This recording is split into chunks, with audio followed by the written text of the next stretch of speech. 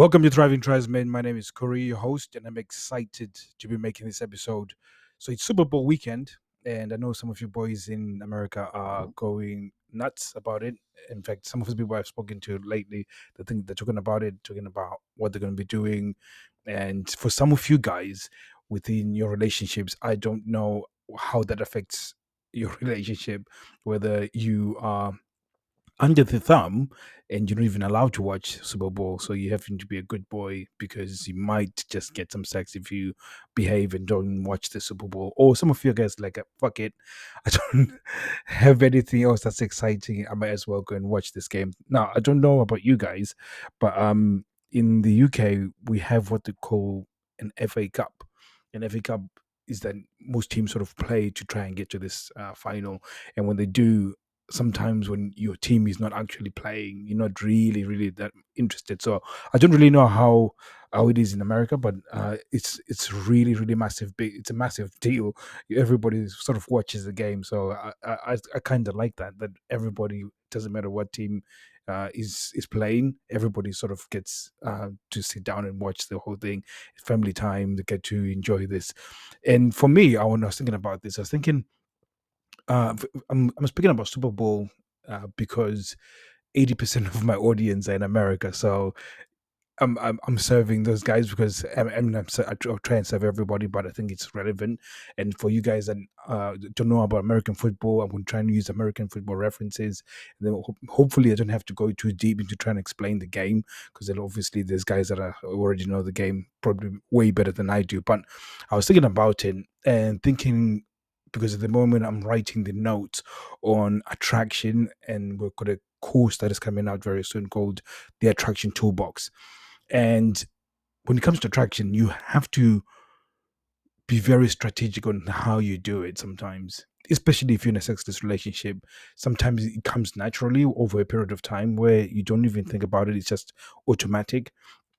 But at this state, this place in the game, you have to be thinking of it almost like a game, and you have to be willing to be setting the tone when it comes to attraction. Setting the tone is one of the things that I've been speaking to the guys within Reignited Men, and this week has been more me talking about attraction, because in my head it's all swirling around as I write notes on how the course and what I need to put together. And so I've been bombarding them with a lot of attraction stuff, which they're not complaining. They actually like the fact that I'm not diving deeper into the tactics of it.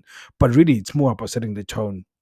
When you, so for example, I had a situation where I was with my wife. I walked in and she was in the living room, and instead of me feeling this empty space in terms of uh from a social cue standpoint, when you walk in, usually you feel the silence with hello, how are you, and welcoming and so on.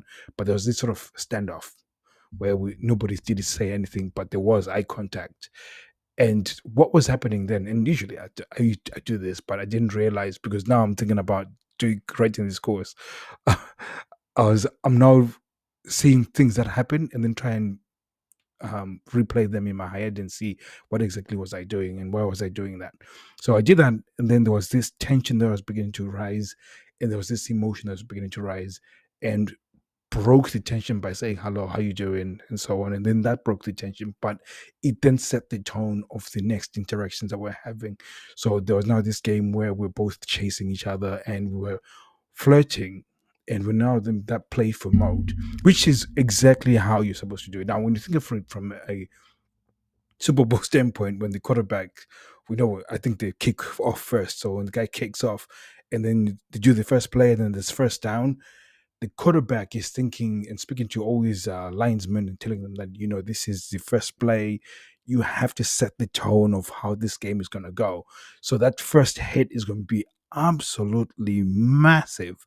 And then the other guys, opposition, are thinking we need to sack the quarterback as hard as we can so that we set the tone. And basically, everybody's trying to set the tone of how this is going to happen. Now, when it comes to a situation where the linesman can protect the quarterback successfully and it stifles the other team, all of a sudden those guys are second guessing themselves and then that could get them to a place where it will take them a few plays before they can recover, or a big hit before he recovers. So this becomes a very important thing, that you learn to open the doors of attraction, and you open them by really setting the tone of how the interaction is going to go. Now, the silence is an attraction spike, or an attraction tool that you can use in order to open. And again, when we talk about attraction into seduction, you have to imagine it as though it's a multi-story building with multiple clubs. So one club is playing specific another type of music, maybe it's playing country music, and then upstairs they're playing hip hop, R&B, for example. And as as you walk in and this is attraction, there's country music, there's a different ambience, and there's different vibe, there's people dancing differently. And as soon as you've had enough of this one, and you want to have a bit of um maybe faster music, you then go upstairs where there's R&B or something being played, and then all of a sudden you've changed the tone. And this is how seduction and attraction works. That is like same room, same building, but just different rooms. So you just open the door. Now, the the silence as a tool is just opening the door. I'm trying to get her emotionally invested.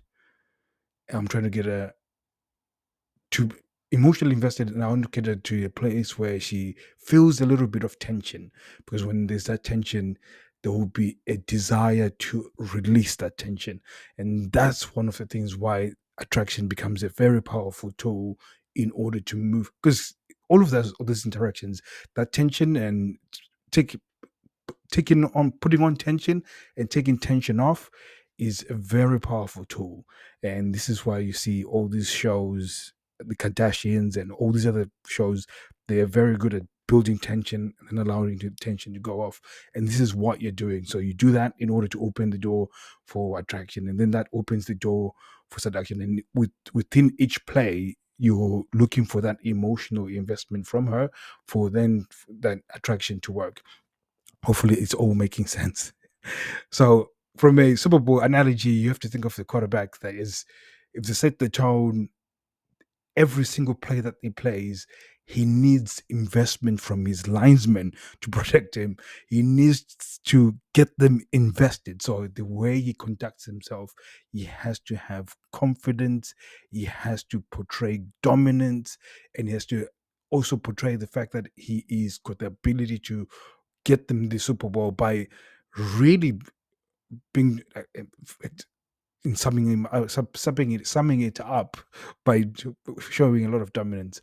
So when it shows dominance, and when within Reignited Man, we call dominance is made out of three things, which is, you have to demonstrate that you are capable or you're powerful. So in this case, the quarterback has to be uh, quick, he has to be powerful, he has to be able to. If anybody goes through his lines and somebody tries to sack him, is well in his power to defend himself. Again, that makes the linesman even more stronger than knowing that, okay, the quarterback is still solid. And then he has to have strategic thinking. Okay, if I see an audible here, I'm going to call audible, and if I see a different play to the one that we've not called out, I can call an audible and then use that for a tactical advantage. So you got this guy who's capable of doing all of this. And then the last bit is that when the chips are down, when everything's going low, you want your quarterback to have a lot of resilience. So you want him to be able to operate when things are going to shit. So again, all of these are the same components that you need within an attraction into seduction and within your relationship, and all of these become the governing things. Now, when I was thinking about dominance, and I've always said this, and people sort of resist it, especially when I talk to women. They're like, "Oh, this dominance doesn't sound good." And I think it's just because you don't understand dominance.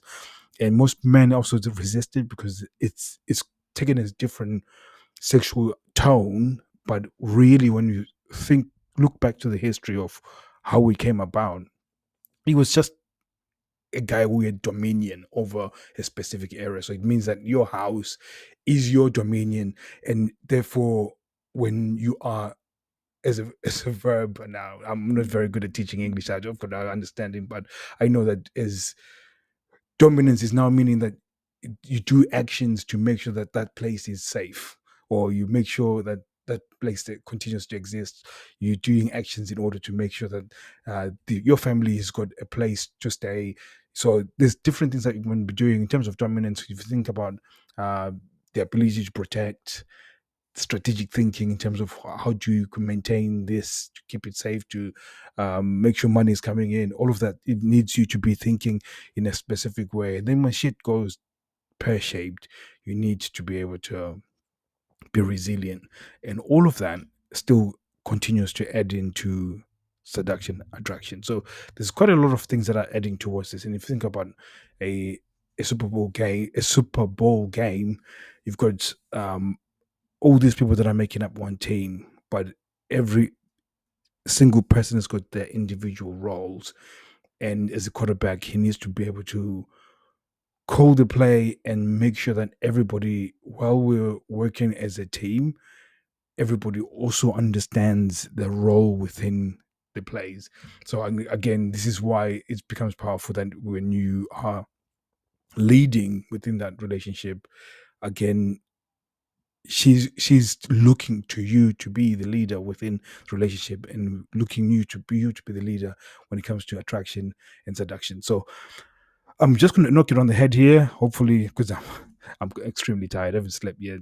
I've got over 20 something hours. It's been awake, so I'm going to knock it on the head here. I thought I need to make this episode before I go to sleep, and hopefully it actually makes sense. I'm going to listen back to it, and I'm probably going to cuss myself for actually releasing it if I've released it. But I'm pretty sure I'm going to release it.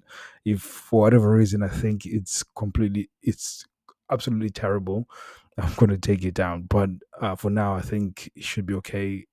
I'm also a little bit all over the place in some places, but I think I hit a few points home. So hopefully it makes sense for you guys. I really was hung on this Super Bowl analogy. I was going to die with it. I was going to die with it. So thank you very much, guys. Hopefully you have a very good weekend, especially you boys in America. Drink plenty of beer and just enjoy your weekend. So thank you very much. Take it easy.